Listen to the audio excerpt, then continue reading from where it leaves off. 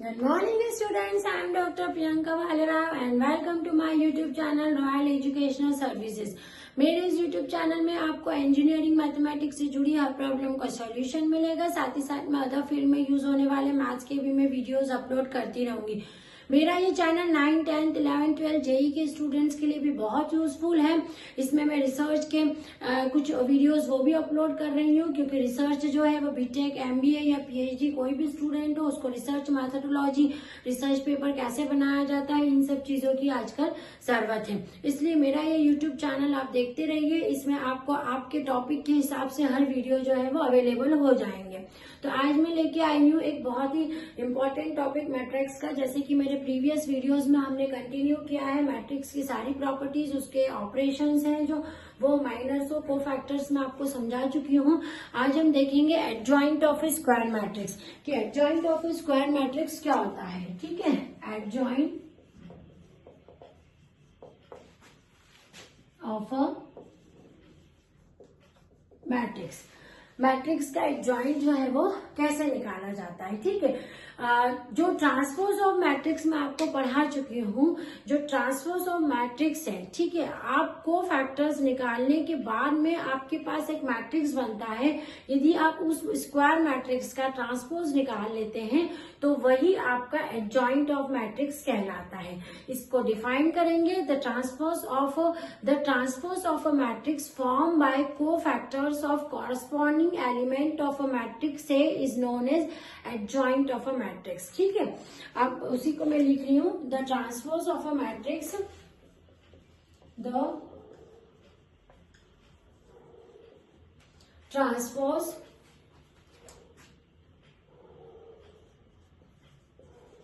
of a matrix formed by cofactors of corresponding element, formed by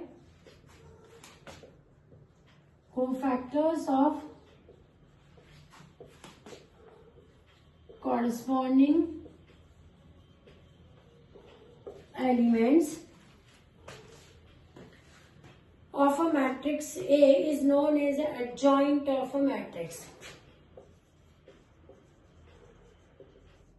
Matrix A is known as adjoint of matrix. ये हमारी adjoint of a matrix की पूरी definition हो गई है, जिसमें ये बताया गया है कि पहले आप किसी भी मैट्रिक्स के कोफैक्टर्स निकालिए, फिर उसका ट्रांसपोज निकाल दीजिए, तो आपको एडजॉइंट ऑफ अ मैट्रिक्स जो है वो मिल जाता है। It is denoted by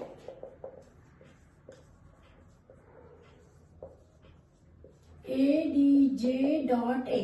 adjoint of matrix को ऐसे डिनोट करते हैं, ADJ.A, मतलब ए का एडजॉइंट निकालना। आई बात समझ में? ठीक है, अब जैसे कि एग्जांपल ले लेते हैं। If A is equals to, मेरे पास है A11, A12, A13, A21, A22, A23, A31, A32 और A33, है ना।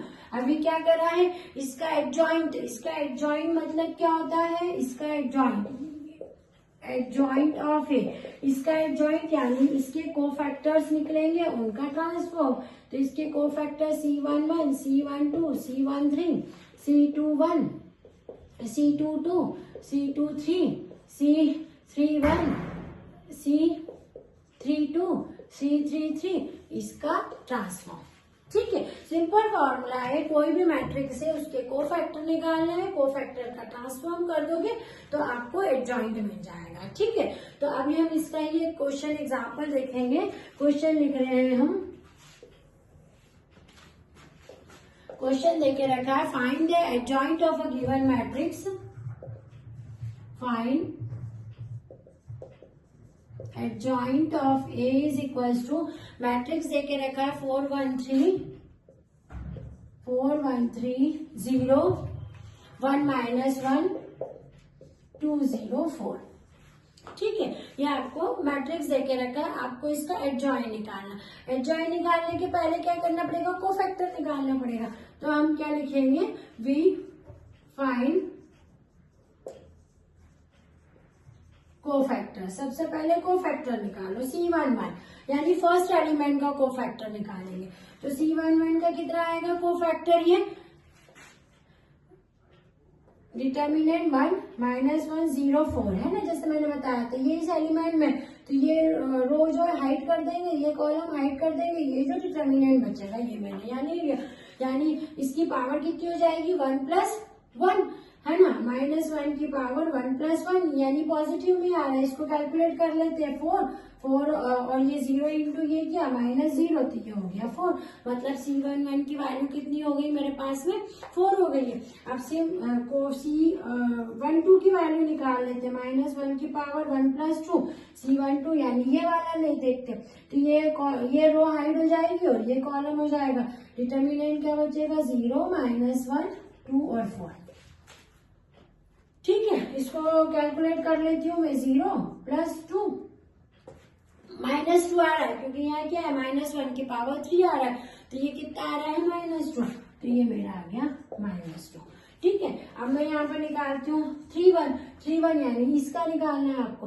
तो ये वाली रो और ये वाली कॉलम हाइड कर देंगे, तो -1 की पावर 1 + 3 डिटर्मिनेंट कौन सा आ जाएगा आपका, ये और ये हाइड हुआ तो ये आ जाएगा 0 1 2 0। तो कितना आएगा 2 आएगा इसका, है ना, पॉजिटिव में, तो इसलिए प्लस में आएगा। अब क्या निकालेंगे C21 C22 C23, तीनों निकालते हैं अपन यहाँ से, है ना।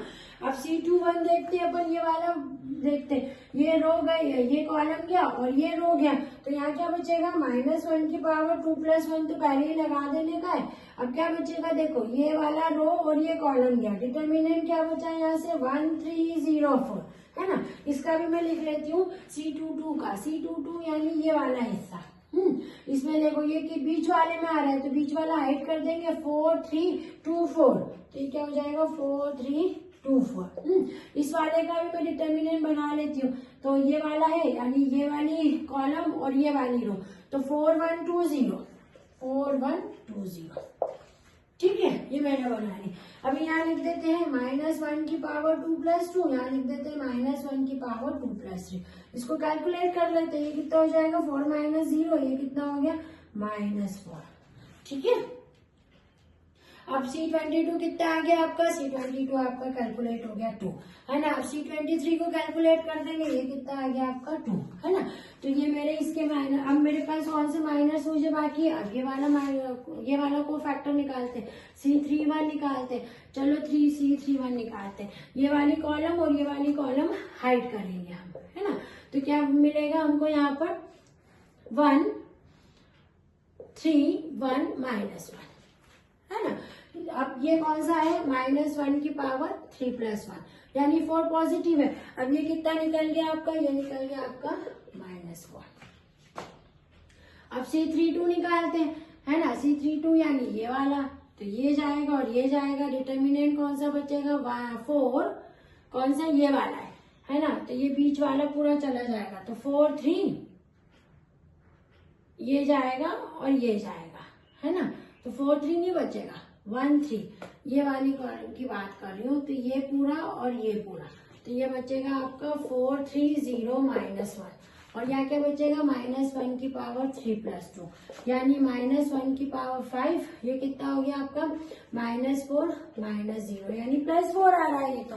ठीक है, और वैसे की वैसा आपका C33 आप निकाल लेंगे, यानी -1 की पावर 3 + 3 यानी ये कितना हो जाएगा आपका यहाँ से 4, ये पूरा ये C33 यानी ये लास्ट वाला देखो, तो ये कितना हो जाएगा 4 1 0 1, तो कितना आ गया 4 आ गया, है ना। तो ये सारे अपन ने क्या करें को फैक्टर्स निकाल दिए एक एक एलिमेंट का। अब अपन क्या करेंगे, एडजॉइंट के फॉर्मूले में रख देंगे, एडजॉइंट ऑफ ए क्या बोल रहा था भैया, को फैक्टर रख दो और उसका ट्रांसफॉर्म निकाल दो। तो को फैक्टर क्या आएंगे आपके, देखो 4 -2 2 फिर निकला -4 फिर 2 फिर 2 फिर क्या -4 फिर क्या 4 और फिर 4। आगे मैं समझ में, ये क्या निकल गया मेरे को फैक्टर। अब मुझे तो ये बताया गया कि जॉइंट कब निकलता है, को फैक्टर का ट्रांसफॉर्म कर देती हूँ मैं, तो को फैक्टर को घुमा देते हैं हम, तो ये कोफैक्टर। ऐसे पूरा स्टेयरिंग को ऐसा घुमा दिया अपन ने, ये ऐसा घूमेगा तो ये क्या आ जाएगा आपका, पूरा की पूरा रिवॉल्व कर देंगे इसको, तो ये कितना -4, ऐसा कि ऐसा उल्टा कर देंगे, -4, 4 4, -2, -2, और ये कितना आ रहा है यहाँ पर से, ठीक है जो भी आ रहे हैं आपके, -2 2 4 2 2 4, ठीक है। तो ये आपका क्या हो गया है, कोफैक्टर्स निकाला है। कोफैक्टर निकाल के कोफैक्टर्स को हमने क्या करा है, पूरा ट्रांसफॉर्म कर दिया है। उसको जब ट्रांसफॉर्म कर देंगे ना हम, तो ये आपका कैसा आ जाएगा, ये आपका आ जाएगा एडजॉइंट निकल जाएगा इसका। इसको कैलकुलेट कर देंगे, C22 की जो वैल्यू है ना वो यहाँ पर 10 आएगी स्टूडेंट्स, है ना। तो C22 यहाँ पर आएगा मेरा, ये 10 आ रहा है, ठीक है। C22 की वैल्यू यहाँ पर 10 आ रही है, तो ये यहाँ पर भी 10 हो जाएगी। मैंने कहा ना कैलकुलेशन करते समय आपको थोड़ा सा ध्यान रखना पड़ेगा कि आप जो कैलकुलेशन कर रहे हैं वो आपके बिल्कुल परफेक्ट, जैसे मैंने अभी के अभी यहाँ पर देख लिया था कि थोड़ा सा वहां पर अपन ने वैल्यू गलत लिख दी थी वहां पर। तो आपको एडजॉइंट निकालते आ गया, एडजॉइंट यानी आप पहले सारे कोफैक्टर्स निकालेंगे, फिर उन सारे कोफैक्टर को ऐसा रोटेट कर देंगे और तो जो आपको मैट्रिक्स मिलेगा वो ट्रांसफर्स ऑफ ए मिलेगा, वो transform of cofactors of a matrix ही होता है एडजॉइंट ऑफ ए, ठीक है। आप इसको नोट डाउन कर लेंगे।